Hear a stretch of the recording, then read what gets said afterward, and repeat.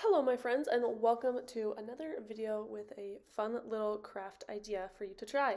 Today I'm actually going to be playing with some fun elements from the new kit Rosewood Estate, and we're going to be doing something fun with an envelope. So you're going to need an envelope, whether it's a pre-made template like this one or you just have already made one, and we're just going to make something fun together. If you want the same kit that I am using, which is not required, but if you do love it and want it, then there's two different ways you can get it.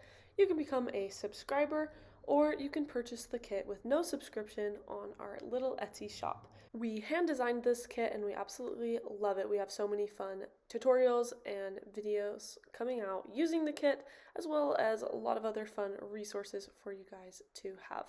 I'll have everything linked in the description of this YouTube tutorial if you are interested in checking any of that out. So let's get into this quick little fun idea. So, like I said earlier, you're going to need an envelope of sorts. There's lots of YouTube tutorials out there of just how to create and make your own envelope, but if you have a pre-made kit, then it's likely you'll have some fun envelope templates to use. And so this is the one I'm using today. I think it's just a really pretty shape. It fits really nicely into journals and it's just super cute. I'm going to start by just gluing the template together. I've already inked everything and folded those extra lines, and I'm just going to be gluing the flap together to kind of create the actual shape of the envelope. Templates are definitely my go-to because I like to mix up the shape, size, and details of my envelopes. I also think it's really fun to have kind of some different colors on a singular envelope, and that's harder to do when you're just folding one. So this one for sure is a winner to me, and I love it. I think it's super cute and it's a good size. So now that I have my envelope assembled, we can kind of get started on one fun thing that you can do. So you're going to need a scrap piece of paper. I'm using a mini piece of ephemera that's also from the Rosewood Estate kit, and I'm going to be gluing it on just on that small piece right here to create somewhat of a hinge. So to make sure that everything is square, I already folded it, and then I just simply unfold it, and then I'm going to add my glue. By the way, I'm using Art Glitter Glue, which is awesome. And then I can just fold it straight down, and then that just makes sure that my lines were all square, which is handy, and it's something I struggle with, so that's a little tip if you have that same struggle as me. And here is kind of what we have so far. At this point, you've created a hinge, and it might be kind of plain looking, so you can totally add something onto it. You can add paper on, lace, a little brad, a little eyelet, something like that, to just add something unique. I'm adding this charm. I guess it's not really a charm. It doesn't really have a place to like put a jump ring or anything, but I love them because they're super flat. In other words, they won't be sticking up in your journal, which is super nice. Another little pro tip of something I like to do is I have these clips to just add on to really make sure that it dries and it's not gonna just fall off, and it's gonna be able to hold still while I work on other parts of the envelope. So while that is drying, I have these other fun pieces from the kit that I wanted to use to create just an interesting eye-catching envelope. And this butterfly is adorable. The colors are just bright and vivid, and it goes so perfectly with the envelope. I had to use it. But whatever envelope you're using, just set out some pieces that match the color scheme and play with it. Play with placement. I played with placement before starting this video so that I was prepared to be able to show you guys kind of what I was doing. I do occasionally switch up my plans as I go along, but not on this one. On this one, I kept it pretty standard to the plan. So now that the front is pretty much done, there's going to be a couple more things we want to add. But anyway, we're going to start working on the back because this is going to be a hinge envelope, so you actually are going to see the back because it's going to flip flap over. And so that's what I'm going to be doing here. I have this really cute little ephemera piece with like some journal space that's just blank and really cute. So I'm going to just grab my glue and glue that straight down. You could leave this open as a pocket if you want. I just wanted mine glued all the way straight down and tried to center it as best as I could just to create a cute little border of pink and some fun green. I just wanted to incorporate some more of that green in there. And then it was time to add on some fussy cuts, and I love this flower. This was kind of my general plan, so I'm going to start with that flower and glue it down.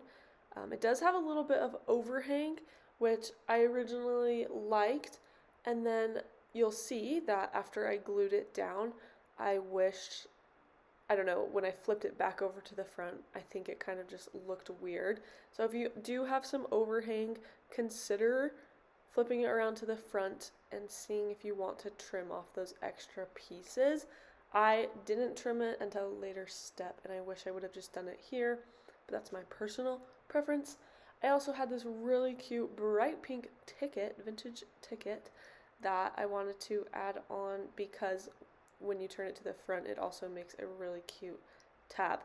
You can also kind of see the overhang of the flower there. That's kind of what I was talking about. And I just wanted to get rid of it, so I went ahead and just trimmed that up as well.